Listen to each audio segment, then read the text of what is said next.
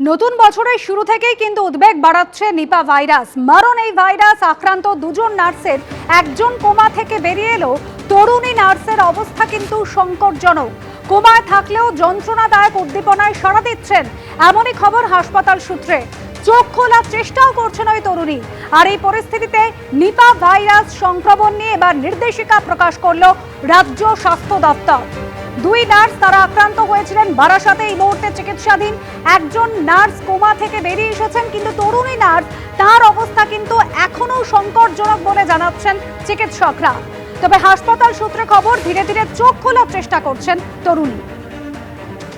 সন্দীপ সরকার আমাদের প্রতিনিধি রয়েছেন আমাদের সঙ্গে টেলিফোন লাইনে। সন্দীপ, তরুণী নার্স প্রথমত কেমন রয়েছেন এবং রাজ্য স্বাস্থ্য দপ্তর কি নির্দেশিকা প্রকাশ করল? দেখো, রাজ্য স্বাস্থ্য দপ্তরের তরফ থেকে দুটি পৃথক গাইডলাইন দেওয়া হয়েছে। একটি গাইডলাইন হচ্ছে যারা এই চিকিৎসার সঙ্গে যুক্ত থাকবেন, অর্থাৎ যারা নিপা আক্রান্ত এবং নিপা সংক্রমণ হয়েছে এমন উপসর্গ নিয়ে যারা আসবেন তাদের কিভাবে চিকিৎসা করা হবে, কিভাবে নিজেদের সুরক্ষিত রেখে চিকিৎসা করা যাবে, এই সম্পর্কে একটি গাইডলাইন প্রকাশ করেছেন তারা। এবং আরেকটি গাইডলাইন প্রকাশ করা হয়েছে যারা ল্যাবে কাজ করবেন, এই নিপা আক্রান্তদের স্যাম্পল কিভাবে সংগ্রহ করবেন, অর্থাৎ পরীক্ষার জন্য নমুনা নেবেন কিভাবে, এর একটা গাইডলাইন দেওয়া হয়েছে। কি কি সুরক্ষা মেনে নমুনা সংগ্রহ করতে হবে তার একটা গাইডলাইন আছে। এবং আরেকটি গাইডলাইন সম্পূর্ণ হচ্ছে চিকিৎসা সংক্রান্ত। এই দুটি গাইডলাইন আজকে স্বাস্থ্য ভবনের তরফ থেকে প্রকাশ করা হয়েছে।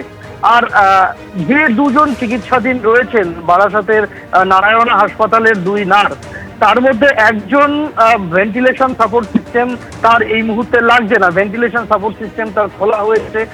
তার বাড়ি পূর্ব মেদিনীপুরের ময়নাতে। সেই নার্সের শারীরিক অবস্থার গতকালের তুলনায় কিছুটা উন্নতি হয়েছে। আরেক নার্স যিনি কোমাতে রয়েছেন তার অবস্থা কিন্তু অপরিবর্তিত, সেরকমটাই স্বাস্থ্য ভবনের তরফ থেকে জানা যাচ্ছে। তিনি এখনো কোমাতে রয়েছেন, শারীরিক অবস্থার উল্লেখযোগ্য কোনো উন্নতি হয়নি। তার ক্ষেত্রে যাবতীয় যা কিছু অ্যান্টিভাইরাল যা পরীক্ষামূলকভাবে চিকিৎসকেরা দিচ্ছেন সেই একই অবস্থাতে ওই রোগী রয়েছেন। চিকিৎসকেরা বলছেন যে আরো দীর্ঘ একটা লড়াই, সেই সময়টা লাগবে। ফলে এই মুহূর্তেই যে তার শারীরিক অবস্থার উন্নতি হচ্ছে এমনটা বলার জায়গায় তারা নেই। ধন্যবাদ সন্দীপ।